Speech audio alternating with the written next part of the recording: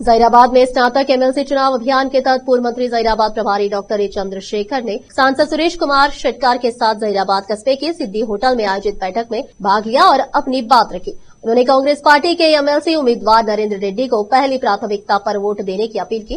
उन्होंने युवाओं को नौकरी के अवसर प्रदान करने में लापरवाही के लिए पिछली बीआरएस सरकार की आलोचना की। उन्होंने कहा कि कांग्रेस पार्टी बेरोजगारों के समर्थन से सत्ता में आई है। उन्होंने कहा कि कांग्रेस सरकार को सत्ता में आने पर 1 साल में 50,000 से ज्यादा नौकरियां देने का आशय है। उन्होंने कहा कि कांग्रेस सरकार ग्रेजुएट्स को नौकरी दिलाने के लिए हर संभव प्रयास करेगी। उन्होंने सभी स्नातकों से माननीय मुख्यमंत्री रेवंत रेड्डी के शासन का समर्थन करने की अपील की, जो बेरोजगारों के लिए रोजगार पैदा करने के लिए काम कर रहे हैं और कांग्रेस पार्टी के उम्मीदवार नरेंद्र रेड्डी को भारी बहुमत से जीता है।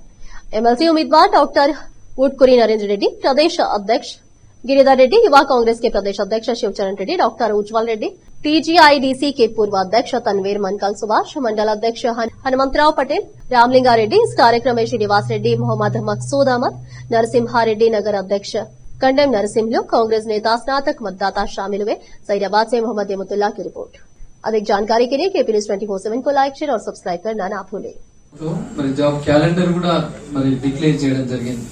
అట్లాగే నిజంగా చెప్పుకోవాలంటే కాంగ్రెస్ పార్టీ బీసీల పార్టీ అనుకోవచ్చు. ఖచ్చితంగా మన పిసిసి ప్రెసిడెంట్ మహేష్ కుమార్ గౌడ్ గారు ఒక బీసీ బిడ్డ.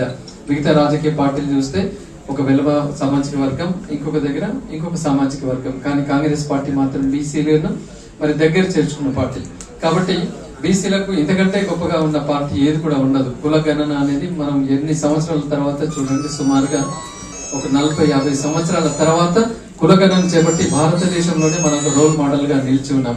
కాబట్టి బీసీ బిడ్డలారా మీరు కూడా ఆలోచించాలి. మనం ఈసారి పట్టభద్రుల ఎమ్మెల్సీ ఎన్నికల్లో మరి కాంగ్రెస్ పార్టీ అభ్యర్థిని గెలిపించి మరి మహేష్ కుమార్ గౌడ్ గారు ప్రతిపాదించిన ఈ నరేంద్రని గెలిపించి మరి తనను తను తీసుకున్న నిర్ణయం కరెక్ట్, ఒక బీసీ బిడ్డకి నేను ఇవ్వస్తున్నా అని చెప్పేసి కూడా బీసీ బిడ్డలందరూ భావించాలని చెప్పేసి కోరుతా ఉన్నాం.